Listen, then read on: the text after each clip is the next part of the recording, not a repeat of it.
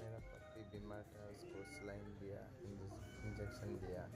अभी फ़िलहाल थोड़ा सा आराम है।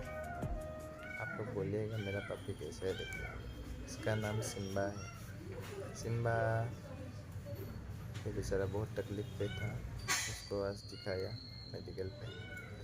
अभी थोड़ा आराम मिल रहा है।